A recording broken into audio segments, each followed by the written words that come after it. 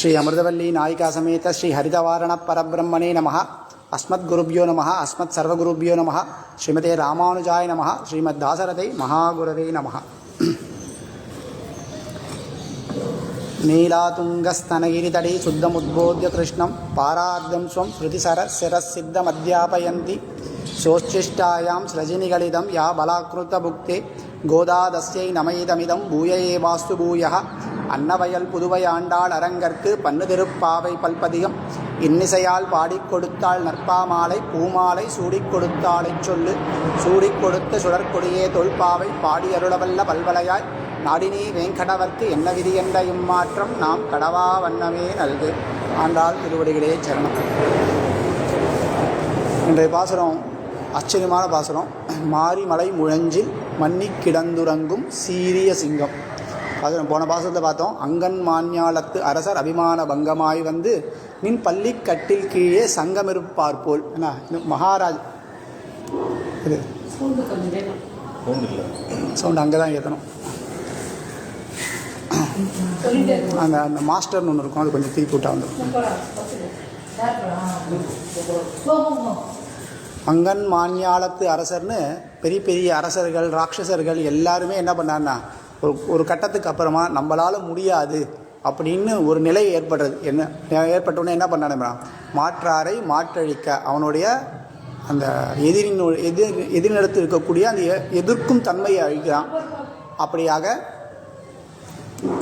அப்படியாக என்ன பண்ணுறான்னா பெருமான் அவனை ஒன்று வதம் பண்ணுறான், இல்லைனா அவனுடைய அகங்காரத்தை அழிக்கிறான். அப்படி எப்படி அகங்காரமாக அழியப்பெற்று எல்லாரும் வந்து உன்னுடைய திருவடியில் விழறான். உன் பள்ளிக்கட்டில் கீழே சங்கமிருப்பார் போல் வந்து தலை பெய்தோம் அப்படின்னா. அப்படியாக நாங்கள் வந்து என்ன பண்ணோம், உன்னிடத்தில் உன்னுடைய திருவடியில் சரணாகதி செய்து விட்டோம். போன பாசுரம் சரணாகதி பாசுரம்னு பார்த்தோம்.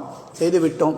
பண்ணிட்ட நீ என்ன பண்ணணும், அதுக்குன்னா செங்கண் சிறு சிறிதே எம்மேல் வெளியாகும். உன்னுடைய அழகான அந்த கண்கள் இருக்கு இல்லையா, அதில் என்ன திங்களும் ஆதித்யம் இருக்கக்கூடிய கண்களில் என்ன பண்ணால் எங்களை நீ அனுகிரகிக்கணும். எப்படின்னா அந்த கதிர்முகத்தால் என்ன பண்ணணும் அப்படின்னா எங்களுடைய பாவத்தை போக்கணும்.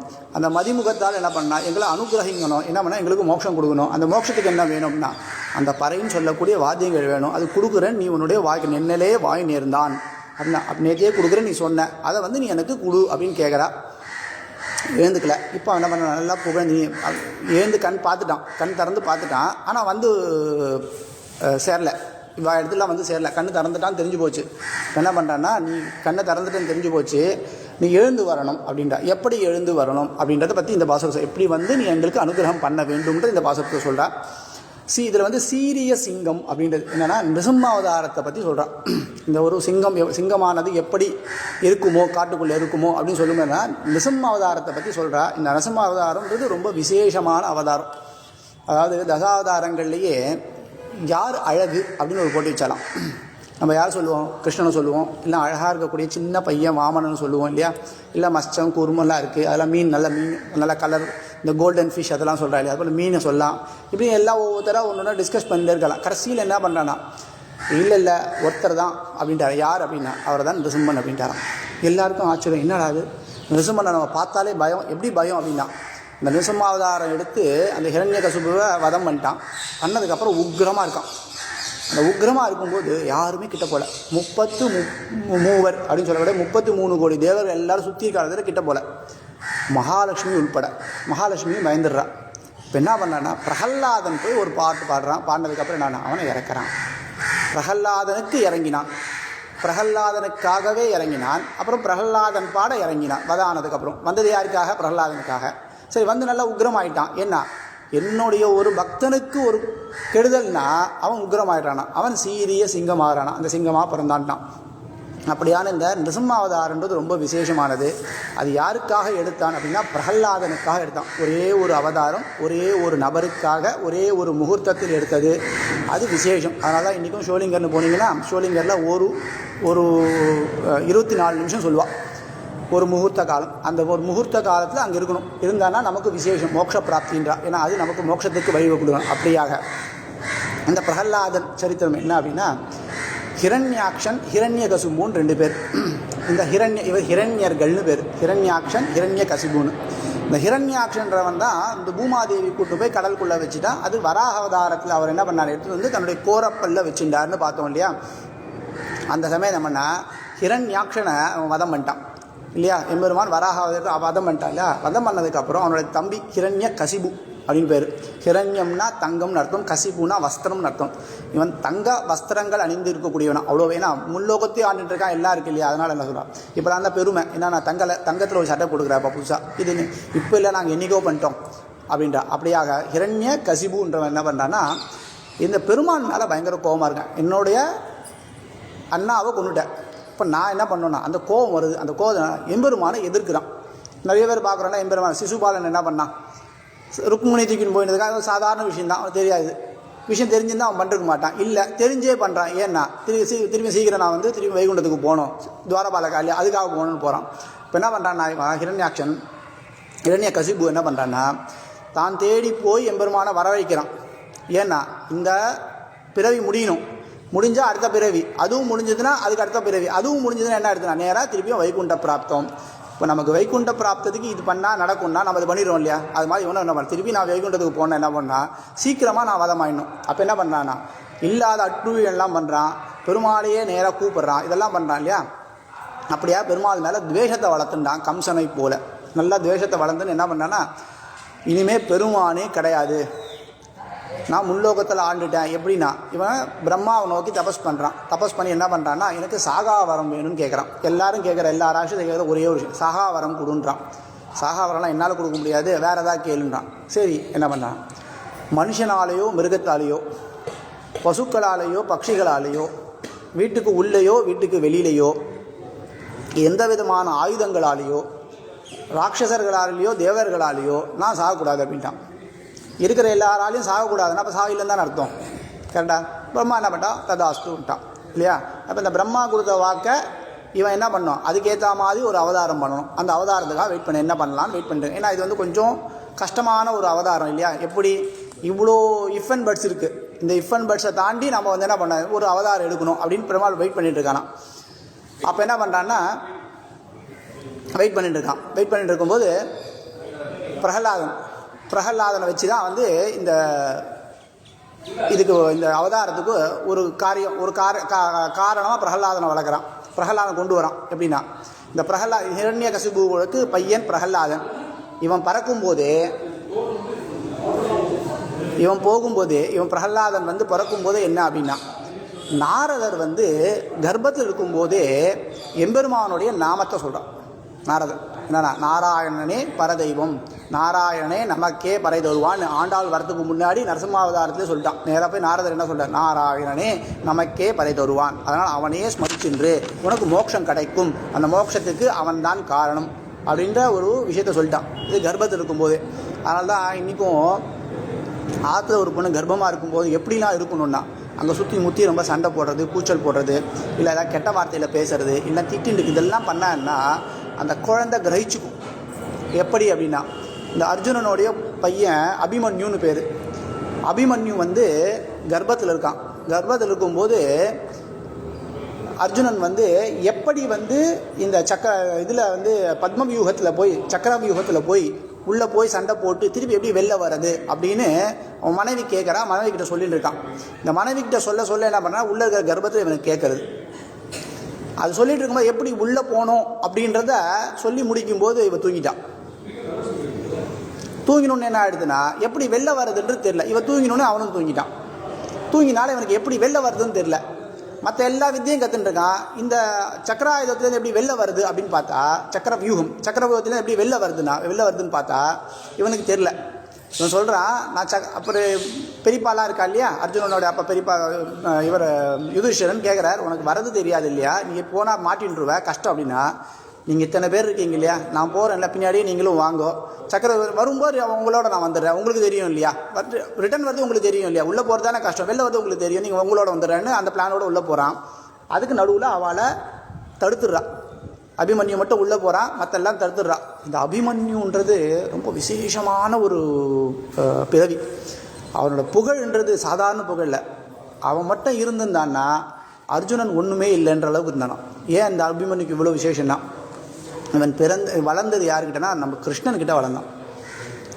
கிருஷ்ணன்கிட்ட வித்தை காத்தவன் அப்படின்னா அர்ஜுனோட விட சிறந்தவன் அப்படின்னு. இவன் இருந்திருந்தான்னா இவன் புகழ் தான் இருந்திருக்கும், அர்ஜுனோட புகழ் கொஞ்சம் குறைஞ்சிருக்கும். அப்படிப்பட்டவன் இவன், ஏற்றமானவன். இப்படி சின்ன வயசில் அந்த சக்கர வியூகத்துக்குள்ளே போய் யார் யார் எதிரில் இருக்கா அப்படின்னா பீஷ்மர் இருக்கார், துரோணாச்சாரியர் இருக்கார், கர்ணன் இருக்கான், அதில் துரியோதனன் இருக்கான், சகுனி இருக்கான். இவெல்லாரும் எப்படிப்பட்ட திக்கஜங்கள் அப்படின்னா இவெல்லாம் பெரிய பெரிய போராளிகள், இல்லை மகாராஜாக்கள், பராக்கிரமசாலிகள் இல்லையா. இவா முன்னாடி ஒரு சிறு பாலகனாக போய் நிற்கிறான். இவா எல்லாருமே ஆச்சரியப்படுற, இவர ஒரு செகண்ட் பயந்தே போயிட்டா. ஆஹா, இவனை விட்டா நம்ம வந்து ஜெயிக்க முடியாதுன்னு. அதுக்கு என்ன பண்ணான்னா தப்பான ஒரு வழியில், கூடாத ஒரு வழியில் அவனை நிராயுத பாணியாக இருக்கும்போது கொண்டான். அவன் எல்லா ஆயுதம் போயிடுது இல்லையா. வல்லவனுக்கு புல்லும் ஆயுதம்னா அவனுக்கு எல்லாமே போயிடுது. போனதுக்கப்புறம் அந்த சக்கரம் இருக்கு இல்லையா, அதை எடுத்துட்டு அந்த சக்கரத்தை வச்சு சண்டை போட்டானா. அந்த தேர்னுடைய சக்கரம் அதை உடச்சி அதை எடுத்து அதை வச்சு சண்டை போட்டிருக்கான். அப்போது எவ்வளோ பெரிய வீரனாக இருக்கணும் அவனா. இவனோட வீரம் போய் இவன் இறந்ததுக்கு அப்புறமா 3 கோடி தேவர்கள் வந்து அவனுக்கு பூத்துவினாலாம். எப்படியோப்பட்ட வீரன், இப்படிப்பட்ட ஒரு வீரன் போயிட்டானே, அதுவும் சின்ன வயசுலன்னு அவளுக்கே ரொம்ப கஷ்டமாக இருந்தான். அப்படிப்பட்ட வீரன் இவனா கர்ப்பத்தில் கற்றதனால். அதே கர்ப்பத்தில் கற்றுட்டுருக்கான் யார்? இந்த பிரகலாதன். என்ன கற்றுட்டுருக்கான்? வீர தீரங்கள்லாம் கற்றுக்கல. அவன் கற்றுன்றது ஒரே ஒரு விஷயம், நாராயணனே நமக்கே படை தருவான். இந்த நாராயணன் மட்டும் தான் நமக்கு மோட்சத்தை கொடுக்கக்கூடியவன் தான். இவன் பிறக்கிறான், வளர்றான், வளர்ந்து பாடசாலைக்கு போய் சேர்றான். பாடசாலையில் என்ன கற்றுக் கொடுக்குறாள்லாம், அந்த ராஜ்யத்தினுடைய உத்தரவு, ராஜாவினுடைய உத்தரவு என்ன அப்படின்னா, ஓம் நமோ ஹிரண்யாய நமஹா இல்லையா. நம்ம நாராயணாய நமஹான்னு சொல்கிறோம்ல, கூடாது. ஹிரண்யாய நமஹான்னு ஹிரண்யனை தான் துதிக்கணும்னு எல்லாருமே ஹிரண்யா, எல்லா பிராமணர்களும் எல்லாரும் பயந்து போய் என்ன பண்ணுறேன்னா ஹிரண்யன் தான் துதிக்கிறான். இதை சொல்லிக் கொடுக்கும்போது சொல்லலாம், ஹிரண்யாய நமஹா சொல்லு அப்படின்றா யார்? குரு. இவன் வாயில் நாராயணாய நமஹா அப்படின்னு தான் வருது. இந்த நாராயணாவுக்கு முன்னாடி ஒரு வார்த்தையும் பின்னாடி வார்த்தையும் போட்டு ஒரு அஷ்டாட்சர மந்திரம்னு வரும். நிறைய பேர் வாய் திறந்து சொல்லக்கூடாது, அதுக்கு மந்திரம்னு பேர். காயத்ரின்றது மந்திரம்னு பேர். மந்திரத்தை வாயை திறந்து உச்சரிக்கக்கூடாது. இப்போ நிறைய பேர் ரிங் டோனு, ஹலோ டோன்லாம் வச்சுட்டுருக்கா. அபத்தமான விஷயம், பண்ணவே கூடாத விஷயம். இதுக்கு அஷ்டாட்சர மந்திரம்னு பேர் இல்லையா. இந்த நாராயணாவுக்கு முன்னாடி பின்னாடி இருக்கிற வார்த்தையை சேர்த்தா 8 அக்ஷரம். இதுக்கு அஷ்டாட்சர மந்திரம்னு பேர்.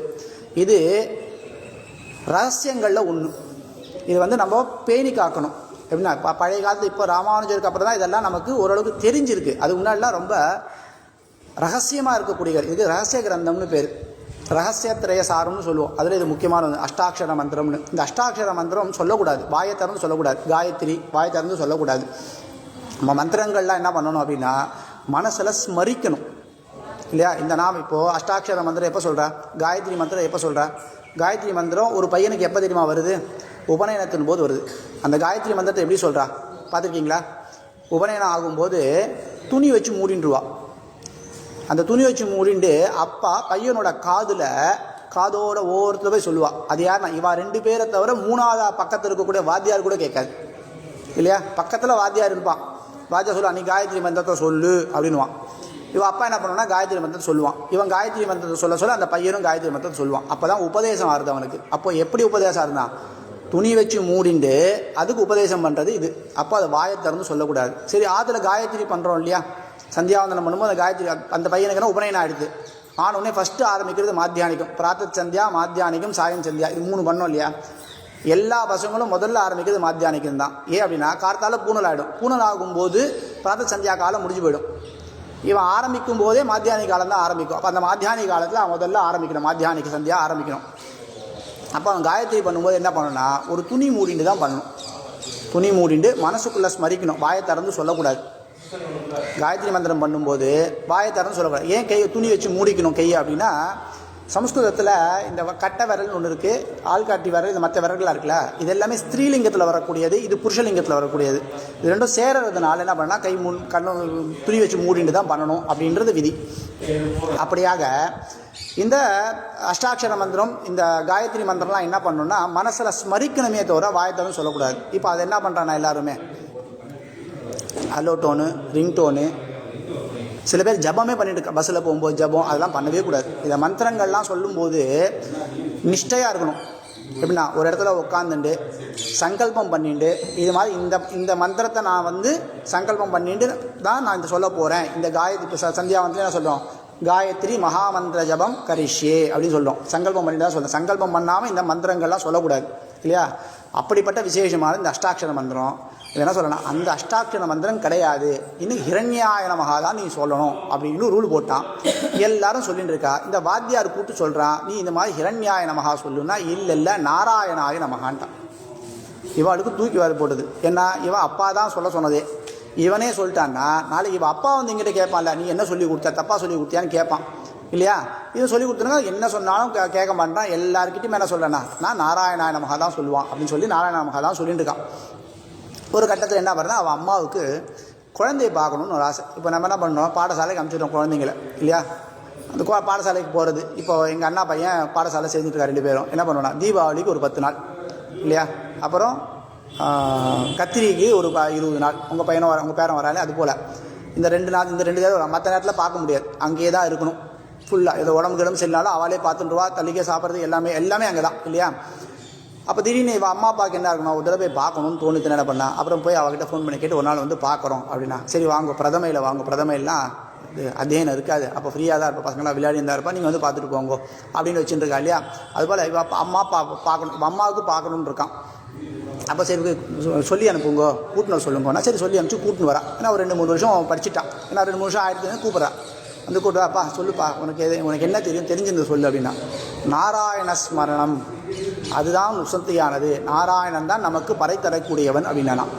இதெல்லாம் தூக்கி வார போட்டு தான் எல்லாம் அந்த 2 வாத்தியாரை கூப்பிடு அப்படின்னா. அந்த பாடசாலை வாத்தியார் கூப்பிட்டா அவள் பயந்துன்னு நடிக்கிட்டு வர, இல்லை நாங்கள் சொல்லிட்டோம், அவன் தான் வந்து நாராயணன் சொல்லிட்டு இருக்கா, எவ்வளோ சொன்னாலும் கேட்க மாட்டேன்றான்னா. அப்படி சரி ஓகே போ, நான் அனுப்பிச்சிட்டு இங்கே வா, அவன்லாம் பண்ணக்கூடாது, அவன் நமக்கு எதிரி. யார், விஷ்ணுன்னு சொல்கிறியே, அவன் விஷ்ணுன்றவன் நமக்கு எதிரி. உங்கள் பெரியப்பாவை அவன் தான் கொலை பண்ணான், நானும் அவனை கொலை பண்ணுறதுக்காக தான் வெயிட் பண்ணிட்டுருக்கேன், அதனால் அவனை ஸ்மரிக்காத, அவன் நமக்கு எதிரின்றான் இல்லையா. நம்மளாம் நமக்கு தெரியாத எதிராத்தில் பக்கத்தில் சண்டை போட்டுடுறோம். நம்ம என்ன எங்கே காட்டுறோம் அந்த கோபத்தை, நான் பையன்கிட்ட காட்டுவோம், அவாத்துக்கு போகக்கூடாது, அவள் பையன்கிட்ட போய் இவா பையனும் அவள் பையனும் ரொம்ப நெருங்கிய நண்பராக இருப்பாள். நாம் சண்டை போட்டதுனால பேச முடியாது இருக்கோம் இல்லையா. அது கூட நம்மளே சண்டை போட்டால் கூட பசங்களை விட்டுருணும், நம்ம சண்டை நம்மளோட விட்டுணும். பெரியவாளோட விஷயம் பெரியவாளோட இருக்கணும், சின்னவாளோட விஷயம் சின்னவாக்கிட்ட இருக்கணும். அப்படின்னா இல்லை அதெல்லாம் சொல்லக்கூடாது அப்படி அந்த கோபத்தை காட்டுறோம் இல்லையா, அவங்ககிட்ட போகக்கூடாது. அது போல் இவன் சொன்னேன், நீ சொல்லக்கூடாது, இந்த நாமா சொல்லக்கூடாது, நீ வந்து என்ன பண்ணுறேன்னா விஷ்ணுன்றவன் நமக்கு எதிரி, அவன் பேரை சொல்லாமல் என் பேரை சொல்லு, நான் தான் இப்போ 3 லோகத்தையும் ஆண்டுருக்கேன் இல்லையா, இந்த அண்டத்தை மட்டும் நான் ஆண்டுருக்குது யார், நான் தான், அதனால் என் பேரை சொல்லு அப்படின்றானா. இல்லை நீ அண்டத்தை மட்டும்தான் ஆண்டுருக்க, அண்டத்தையும் தாண்டி ஒருத்தர் இருக்கானே அவன் தான் என் பெருமான், அவன் தான் சர்வேஸ்வரன், அவனைத்தான் துதிக்கணும், உன்னை துதிக்கக்கூடாது அப்படின்றான். இவன் ரொம்ப கோவப்படுறான், சொல்கிறான், இவ்வளோ சொல்லி பாருன்னு கேட்கல.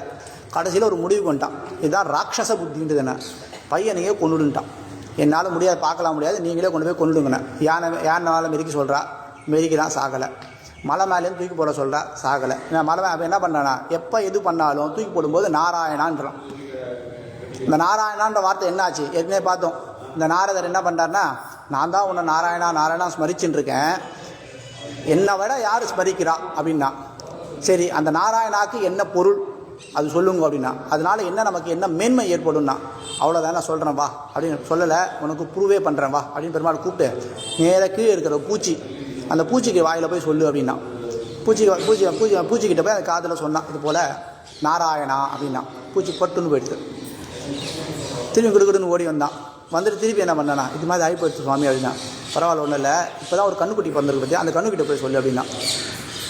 இது பயந்துட்டே போய் கண்ணுக்குட்டி போய் சொல்கிறான் நாராயணா அப்படின்னா. பட்டுன்னு போயிட்டான், கண்ணுக்குட்டி போயிடுது. ஐயோ என்னடா அது அப்படின்னு திருப்பி கிளம்பி பெருமாள்கிட்ட, அப்பா ஏதோ தெரியாமல் கேட்டேன்னு நினைக்கிறேன், ஏதோ கோவத்தில் இருக்க, என்னை எதுலேயும் மாட்டி விட்றாத அப்படின்னா. இல்லை அதெல்லாம் ஒன்றும் இல்லை, இப்போ ஒரு குழந்தை பிறந்திருக்கு பார்த்தியா ராஜா, அந்த ராஜாவுக்கு குமாரன் பார்த்தா, அந்த ராஜா கிட்டே போ, அப்படி துருவன் அவங்ககிட்ட போ, அவங்ககிட்ட போய் அந்த காதில் போய் சொல்லுண்ணா, அப்பா ஏதோ கண்ணுக்குட்டி பரவாயில்ல, பூச்சி பரவாயில்ல, கேட்கறதுக்கு ஆள் இல்லை பரவாயில்ல, யாராவது கேட்டால் கூட பதில் சொல்லிக்கலாம், இது மகாராஜா, பக்கத்தில் சொல்லி முடிக்கிறதுக்கு முன்னாடி கத்தி பக்கத்தில் இருக்கும், பட்டாலும் வெட்டிடுவா, நான் வரல இந்த விளையாட்டுக்கு அப்படின்ட்டார். இல்லை நான் சொல்கிறேன் நீ போன்ட்டார். இப்போ பெருமாளே சொல்லிட்டாரு, சரி போய் அந்த காதில் சொல்கிறான். சொன்னதுக்கப்புறமா அந்த குழந்தைக்கு ஒன்றும் ஆள், அப்பாதான் மூச்சு வந்து அப்பாடா தப்பிச்சிட்டேன்டா அப்படின்னு. அப்போ சொல்கிறான் அந்த துருவன் சொல்கிறானா, துருவன் கிட்டே கேட்குறானா, நீ மட்டும் ஏன் சாகலை அப்படின்னா. சொல்கிறானா, நீ முதல்ல ஒரு பூச்சிக்கிட்ட சொன்னியே, அந்த பூச்சி நான் தான். அந்த நாமா சொன்ன உடனே எனக்கு என்ன ஆயிடுதுன்னா, அந்த பிறவியில் இருக்கிற எல்லா பாவமும் போய் எனக்கு அந்த பிறவி முடிஞ்ச என்னென்னா அடுத்த பிறவி நல்ல உசத்தியான பிறவி, பசுன்னு சொல்லக்கூடிய ஒரு பிறவி, ஒரு கண்ணுக்குட்டியாக பிறந்தேன். அது எவ்வளோ விசேஷம். அப்பயும் நீ எனக்கு உதவி பண்ண, என்ன வந்து திருப்பி அதே நாமத்தை என் காதில் சொன்னேன். சொல்லி முடிச்சதுக்கப்புறம் என்ன ஆயிடுது அப்படின்னா, எனக்கு ராஜாவாக பிறந்தேன். இப்போது இந்த ஏற்றம் எப்படி வருது? நம்ம எம்பெருமானுடைய நாமாக்கள் சொல்ல சொல்ல நம்ம பார்த்தோம் என்னன்னா, மோட்சத்துக்குண்டான வழியை கொடுக்கும். எப்படி கொடுக்கும்னா, நேராக நாம நாராயணான்னு சொன்னால் மோட்சத்துக்கு போயிட்டேன்னா எல்லாரும் நாமான்னு சொல்லி போயிடுவா இல்லையா? மோட்சத்தை கொடுக்கும். எப்படின்னா, இந்த நாமாக்கள் சொல்ல சொல்ல என்னென்னா நமக்கு மனசில் ஏறும். மனசில் ஏற ஏற அவனோட எண்ணம் வரும். அவன் என்னென்ன வர வர என்ன ஆகுனா அவனோட திருவடியில் சேரணும்னு தோணும். அந்த திருவடியில் அந்த பாரத்தை சமர்ப்பிச்சிட்டோன்னா அவன் நமக்கு மோட்சம் கொடுக்குறான். அதுதான் மகா விஸ்வாசம். ஏன்னா நான் உன்னிடத்தில் என்னுடைய திருவை தலை பெய்தோம் ஆண்டா சொல்லல, தலை பெய்தோம், பெய்துட்டோம், அவனை சரணாகதி பண்ணிட்டோம். என்ன பண்ணா, நீ எனக்கு மோட்சம் கொடுக்குற, இது கன்ஃபார்ம். ஏன்னா அவனே சொல்லியிருக்கான், எவன் ஒருவன் என் திருவடியில் வந்து ஊந்து சரணாகதின்னு சொல்கிறானே அவனை காப்பாற்ற வேண்டிய பொறுப்பு எந்துன்ட்டு. விபீஷணன் வந்து காலில் உழறான். ஊந்த உடனே என்ன ஆகுதுன்னா எல்லாரும் சொல்கிறா, அவன் ராவணாசுரனுடைய அசுர வம்சத்தை சேர்ந்த விபீஷணன். அவன் ராவணாசுரனோட தம்பி, அவன் எதிரி. அவனை சண்டை போடுறதா நம்ம வந்திருக்கோம். அவன் வந்திருக்கானே தான் வேவு பார்க்க வந்திருப்பான். அவனை உள்ளே சேர்க்க அதிகம்ன்றான். இல்லை நம்மளை தேடி ஒருத்தர் வந்துட்டான், அதிதி தேவோ பவா, உள்ளே கூப்பிட்டுட்டான். உள்ளே கூப்பிட்றான், உள்ளே காலில் வந்துட்டான், சரணாகதி அப்படின்ட்டான். என்னன்னா, கவலைப்படாத, அந்த ஜெயிச்சு இலங்கையை உன்னிடத்துல ஒப்படைக்கிறேன் அப்படின்னு வாக்கு கொடுத்துட்டான் ராமர். வாக்கு கொடுத்துட்டு போனதுக்கப்புறம் கேட்குறா, ஒருவேளை தோத்துட்டோன்னா என்ன பண்ணுறதுன்னா, கவலையே படாது, என்னோட அயோத்தியாவை கொடுத்துட்றேன்ட்டான். அதான் ராமரோட விசேஷம். அப்படியாக என்ன அப்படின்னா, இந்த நாமாக்கள் என்ன பண்ணுறதுன்னா நமக்கு எங்கே கொண்டு போய் மோட்சத்தை வரைக்கும் கொண்டு போய் சேர்க்கக்கூடியது இந்த நாமாக்கள்.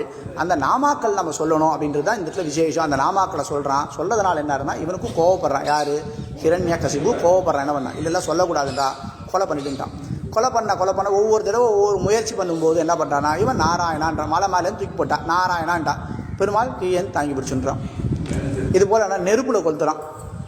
நெருப்பில் அவனை கொளுத்திட்டு அப்படின்ட்டான். நெருப்பில் எப்படி கொளுத்து தூக்கியாக போட முடியும். என்ன பண்ணுறான்னா, அவனோட தங்க ஒருத்தி இருக்கா, ஹோலிகான்னு பேர். அந்த ஹோலிகா என்ன பண்ணுறா அப்படின்னா, அவளுக்கு ஒரு விசித்திரமான இது என்ன உண்டுன்னா, அவளுக்கு நெருப்பு அவளை தாக்காது, ஒன்றும் பண்ணாது. நெருப்பு அவள் மேலே பட்டா கூட அவளை ஒன்றும் பண்ணாது இல்லையா? அப்போ என்ன பண்ணுறான்னா, இந்த குழந்தை எடுத்துட்டு அந்த ஹோலிகா, இவரோட அத்தை இல்லை, குழந்தையோட அத்தை எடுத்து கையில் வச்சுன்னு என்ன பண்ணுறான், நேராக நெருப்புக்குள்ளே போயிடுறான். அதிசயம் என்னன்னா, நெருப்பில் ஹோலிகா போயிடுறா, பிரகலாதன் வெளில வந்துடுறான். போகவே மாட்டான்னு நினச்ச ஹோலிகா போயிடுவான்னு நினச்ச பிரகலாதன் வெளில வந்துட்டான். எந்த விதமான ஒரு சின்ன கீரலும் இல்லாமல், தீ நம்ம மேலே பட்டுட்டா அந்த இடத்துல ஒரு சின்ன புண்ணு மாதிரி வரும், இல்லை கருப்பாக இருக்கும் இல்லையா, எதுவுமே இல்லை. அப்படியே சக்கச்சவேல் பிரகலாதன் சக்கச்சவேல் இருப்பான். இவன் அசுரனா அப்படின்ற அளவுக்கு இருக்கும். அந்த மாதிரி பிரகலாதன் இருப்பான். அந்த குழந்தை என்ன பண்ணா, சக்கச்சவேல் திரும்பி வெளில வந்துடுது. இவாளுக்கெல்லாம் ஆச்சரியம், என்னடா இது அப்படின்னு. இப்படி ஒவ்வொரு தடவை முயற்சி பண்ணி ஒவ்வொரு மாதிரி கொலை பண்ண பார்க்குறான். கடைசியில் யாராலையும் கொலை பண்ண, ஏன்னா இவன் இத்தனை நாளாக கொலை பண்ணுன்னு சொல்லிட்டு இவன் உள்ளே இருந்தான்.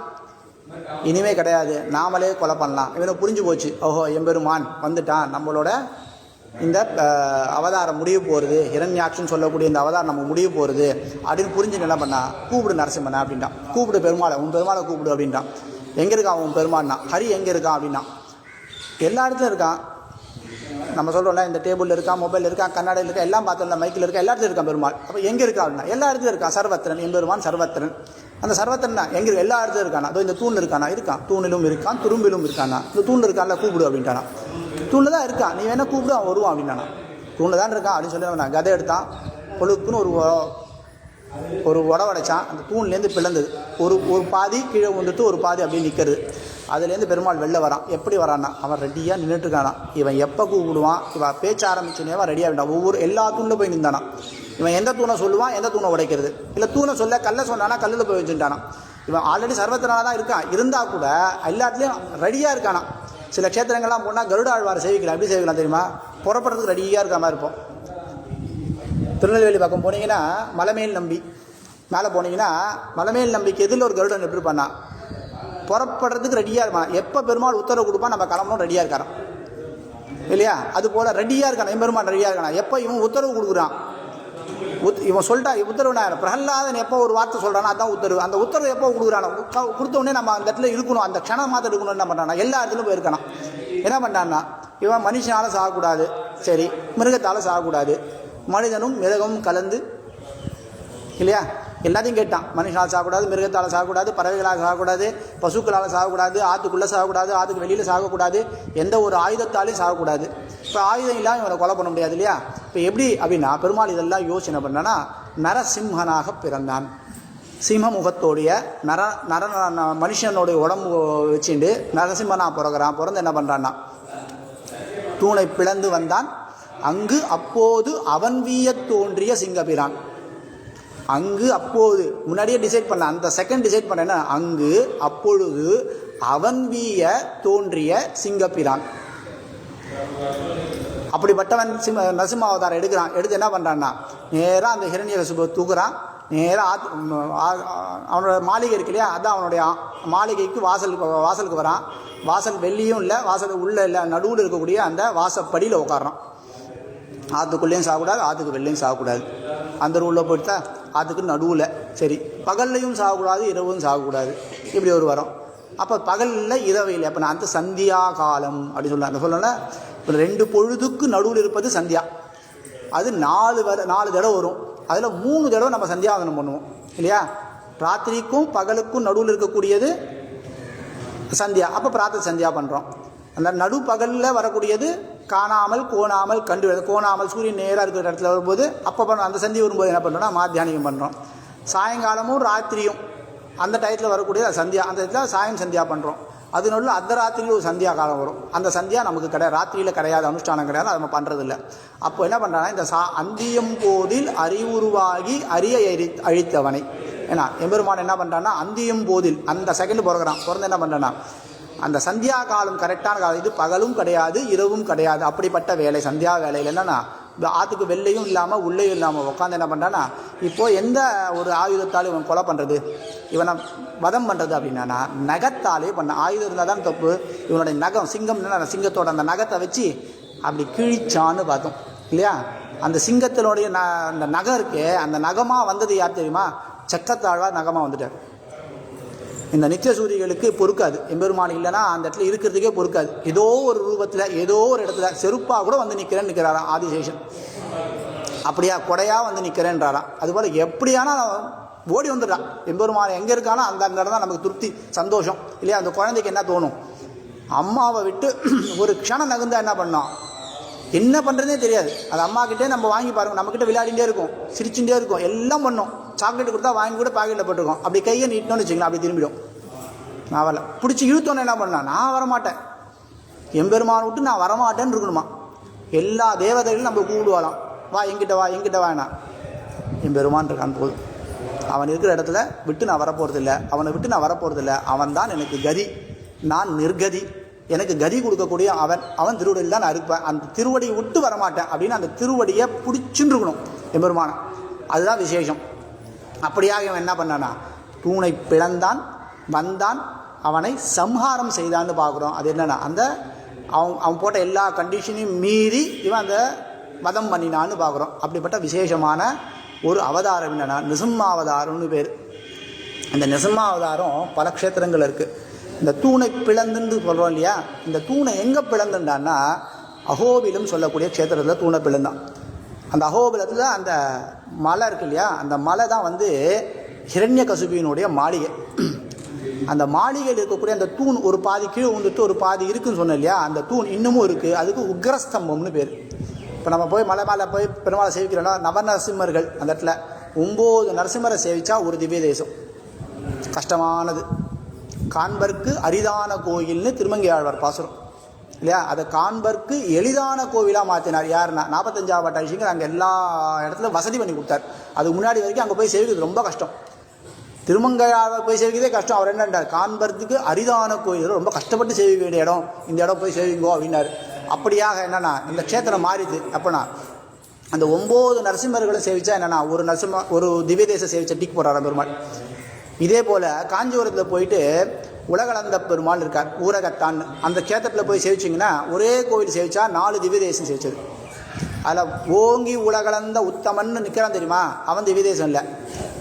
உள்ள ஊரகத்தான், நீரகத்தான், காரகத்தான், கார்வண்ணன் 4 பேர், அவன் 4 பேர் தான் திவ்ய தேசம். அவன் 4 பேர் ஒரு கோயில் போய் சேவிச்சா 4 திவ்ய தேசம் சேவிச்சா மாதிரி. இங்கே 9 கோயிலை சேவிச்சோன்னா ஒரு திவ்ய தேசம் சேவிச்சா மாதிரி கணக்கு. அப்படியாக இந்த 9 திவ்ய தேசம் எப்படி சேவினா, நேராக போகும்போதே ஒரு மலை, அந்த மலை அடிவாரத்தில் ஒரு பெருமாள் காரஞ்ச நரசிம்மர்னு பேர். அதுக்கு மேலே ஏறினா உக்ர நரசிம்மர் இல்லை அகோபில நரசிம்மர்னு பேர் அவருக்கு. அங்கேருந்து நேராக இடது பக்கமாக போனீங்கன்னா மாலோலன், மாலோலன்லேருந்து ரைட் சைடில் மேலே வந்தீங்கன்னா ஜுவாலா நரசிம்மர்.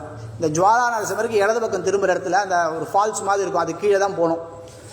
அந்த திரும்பாமல் ரைட்டில் மேலே ஏறினீங்கன்னா அதுக்கு உக்ரஸ்தம்பம் போகிற வழி. அது இந்த உக்ரஸ்தம்பம் இருக்குன்னா 3000 அடி மேலே இருக்காது. அந்த உக்ரஸ்தம்பம் எல்லாராலையும் ஏற முடியாது.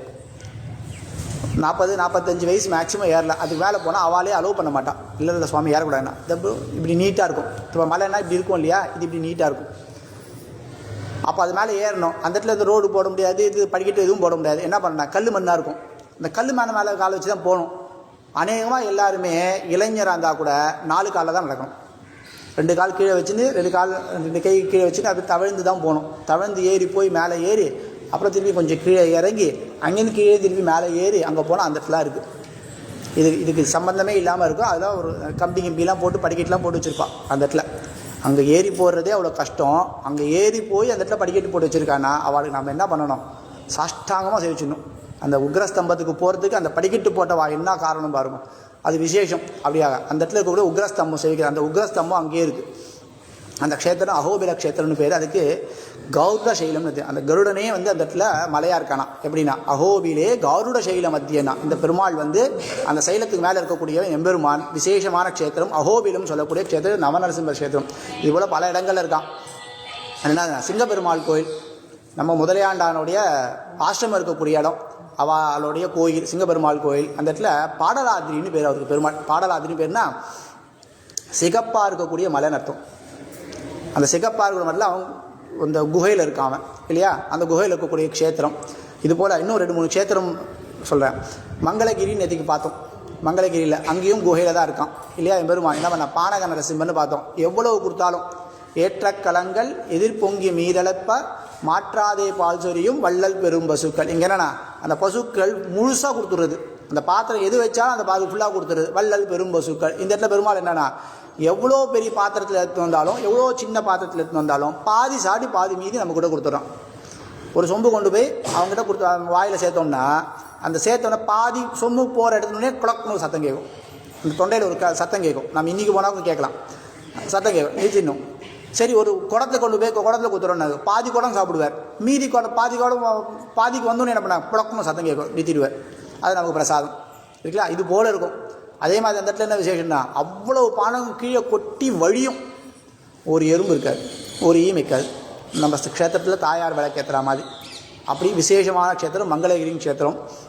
அதுக்கப்புறம் யாதகிரி குட்டான்னு ஒரு க்ஷேத்திரம் ஹைதராபாத்லேருந்து ஒரு 60 கிலோமீட்டர் தள்ளி இருக்குது. அந்த க்ஷேத்திரத்தில் அதே மாதிரி குகையில் இருக்கான். 5 நரசிம்மர் இருக்கான் அந்த இடத்துல பெருமாள்.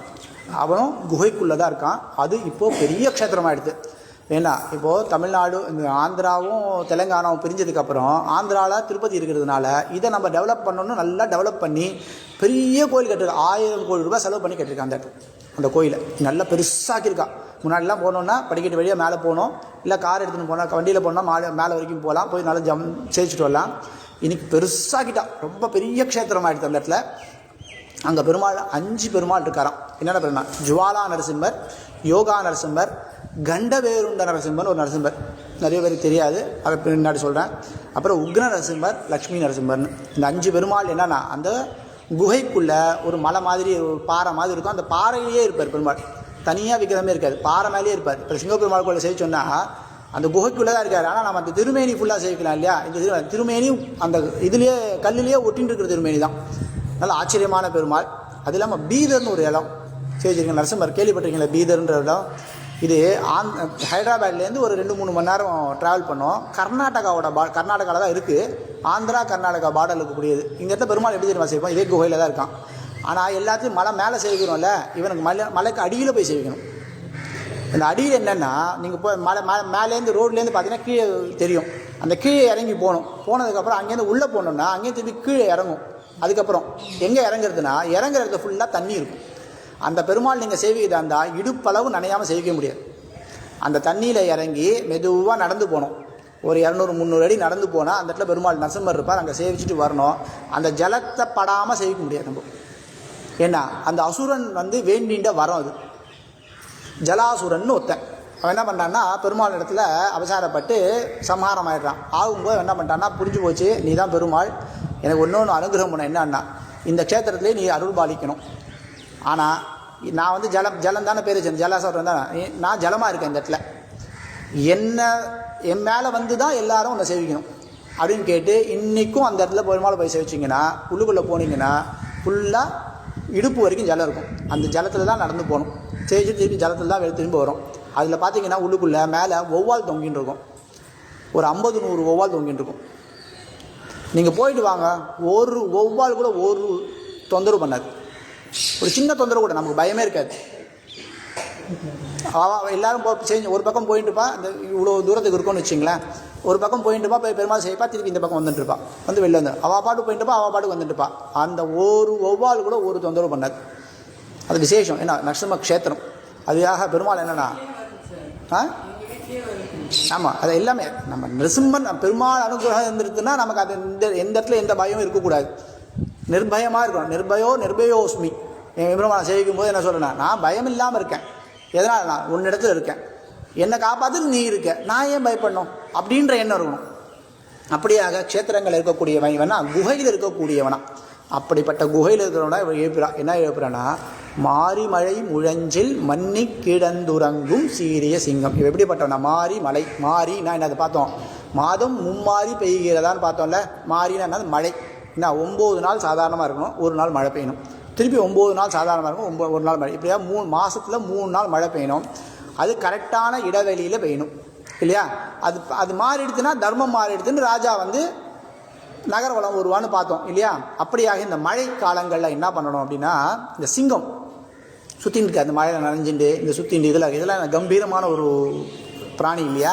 இதெல்லாம் வேணா, இந்த எலி பூனை இதெல்லாம் மழையில் போகும், வரும், குதிக்கும், சேரில் குதிக்கும், எல்லாம் பண்ணும். இந்த சிங்கம் அப்படிலாம் பண்ணாது. சிங்கம் புலிக்குன்னு ஒரு கம்பீரம் இருக்குது. அந்த கம்பீரத்தை விட்டு அது இறங்காது. இந்த சிங்கமானது என்ன பண்ணோன்னா, இந்த மழை வரும்போது திடீர்னு ஒரு புயல், சொல்கிறேன்ல, வங்கக்கடலில் காற்றழுத்த தாழ்வு மண்டலம் உருவாகிறது. 12ஆம் தேதியிலேருந்து 15ஆம் தேதி வரைக்கும் மழை கேட்குறோம் இல்லையா? இது நமக்கு சொன்னால் தான் தெரியும், பிராணிகளுக்கு சொல்லணும்னு அவசியம் இல்லை. அது இயற்கையோடு ஒன்றி இருக்கக்கூடியது. ஒருத்தர் கேட்டாலாம், இந்த மிருகங்கள்லாம் வந்து டயட் இருக்கா, அதுக்கு மட்டும் ஏன் வந்து வியாதிலாம் வரல, நமக்கு மட்டும் ஏன் வியாதி வருது அப்படின்னா, அதுக்கு ஒருத்தர் ஆச்சரியமாக பதில் சொன்னார். என்ன சொன்னேன்னா, இந்த மிருகத்துக்கு தீர்த்தம் சாப்பிடணும்னு தோணுதுன்னா என்ன பண்ண தெரியுமா?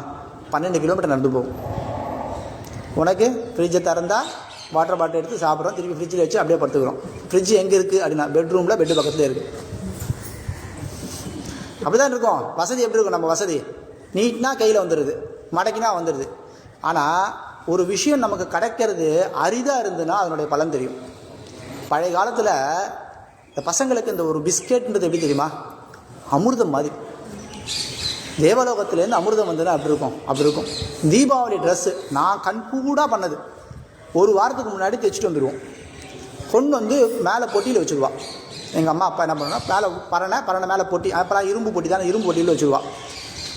டெய்லி காத்தால சாயங்காலம் எங்களோட வேலை தெரியுமா, அந்த பொட்டியை கீழே இறக்கி திறந்து அதை ஒரு தடவை பார்த்து அகம் மகிழ்ந்து, சந்தோஷப்பட்டு இல்லை, அகம் மகிழ்ந்து திரும்பி மூடி வச்சு மேலே வச்சுருவோம். இந்த ஒரு வாரம் பண்ணுவோம்.